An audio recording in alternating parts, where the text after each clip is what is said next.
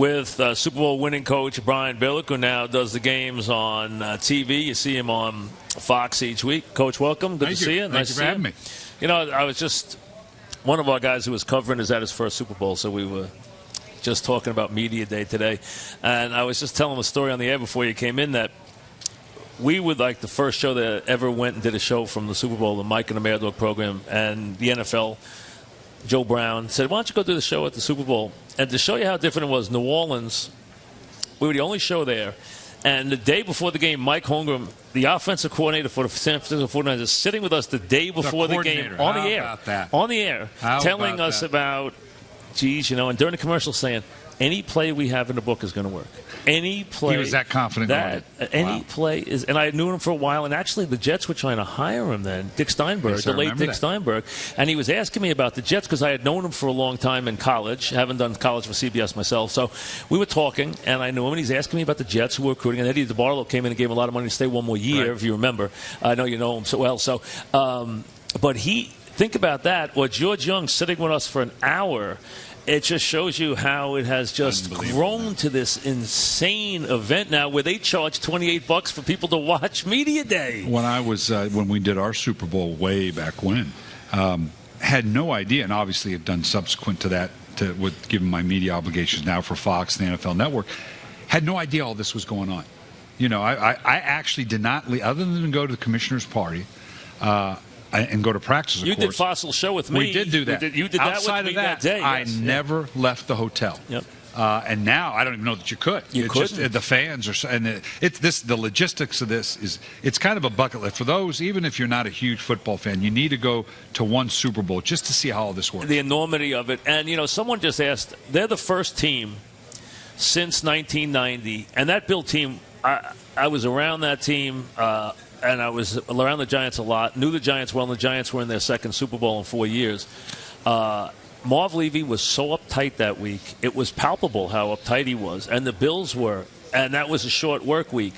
And the Bills clearly, now you could say they just didn't have the ball enough. They only had it 19 minutes, and the Giant running game was the difference. But I thought the Bills were palpably tight. Now, no one on Seattle has been to a game, including Pete Carroll. Carolina has, John Fox has been with Carolina. We know Peyton Manning. They have players who have been there. No edge, no factor, any factor. Young quarterback, coaching staff that hasn't been there, no players that have been there. Anything to worry about from the Seattle standpoint? Well, you're going to worry about it. I don't know if you should, but Pete is going to worry about it. Any factor? I don't think so. I think, the league has it orchestrated so well in terms of once they get past today, it really is not too obtrusive. And you get into that routine of Wednesday, Thursday, Friday practice. I worried more about the players, what they were doing on their own in terms of media obligation, friends, their radio shows, that type of thing, to draw their distraction away. But once they get to game time, I don't know, and particularly as odd as it may sound, because it's New York, you would think, wow, this is going to be overwhelming. But they're over in New Jersey. They're kind of separated from all the things we're doing here in Times Square. From that regard, I think it's going to help, and I don't think it's a factor in the game. The late George Young, who used to be on the show all the time with us, used to say, you have to take the other problems away from the coaches and the players. Families have to be kept busy. Tickets can't be an issue. One team can't have better seats than the other team, stuff like that. Do those things have to be covered well by your organization? I think it's been so well orchestrated over the years. The first 3 days, and I can't imagine doing it on a short week, meaning just 1 week without that week leading in. We use Monday through Wednesday, players, wives, aunties, mothers, bring them in. We'll make sure, we want someone that you can turn it over to, that they know, okay, hotels, transportation, tickets, that whole thing, take it off the player's plate so that when they get here, the hubbub of media day to day will seem like a lot. The players' wives come in or the families come in on Wednesday. Once they get back on the field tomorrow, Thursday, and Friday, it's going to begin to feel like a normal week. The hardest thing for me, and I worried most about, was from the end of practice on Friday until game time. That's 2 lifetimes away. Very hard. The amount of time, and you don't want to wear your players out by doing too much and structuring too much, thinking you're going to keep them on task, but you can't. Just that sheer amount of time. That was the biggest concern. Did you put anything in to your team? Now, you had a very, very strong defensive team, but did you dabble at all with your stuff the last 48 hours with your coaching staff? The biggest advice, or the most consistent advice I got from a Bill Walsh and a Dan Reeves and the like, mentors for me, that said, get your game plan set before you get down, in our case, down to Tampa.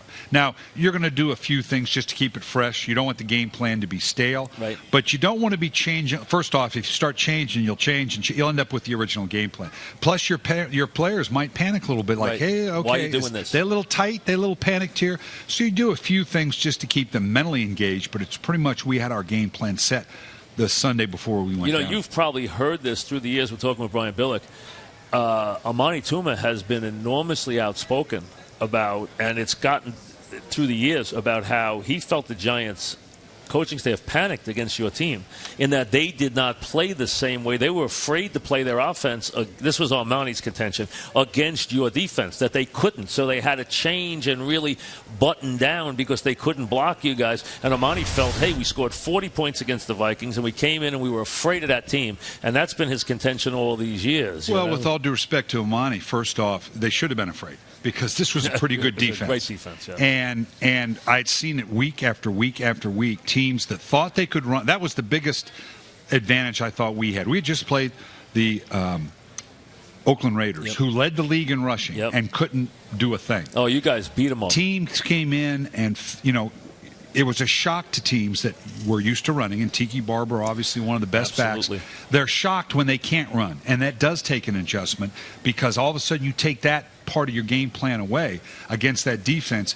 It forces, I saw it game after game, where it forces you into doing things that you're not familiar with. And you guys rattled Harry Collins. I mean, there's no question. He had a great championship game, but you guys really rattled, and you could tell you rattled Harry Collins. It happens, in that game. All right.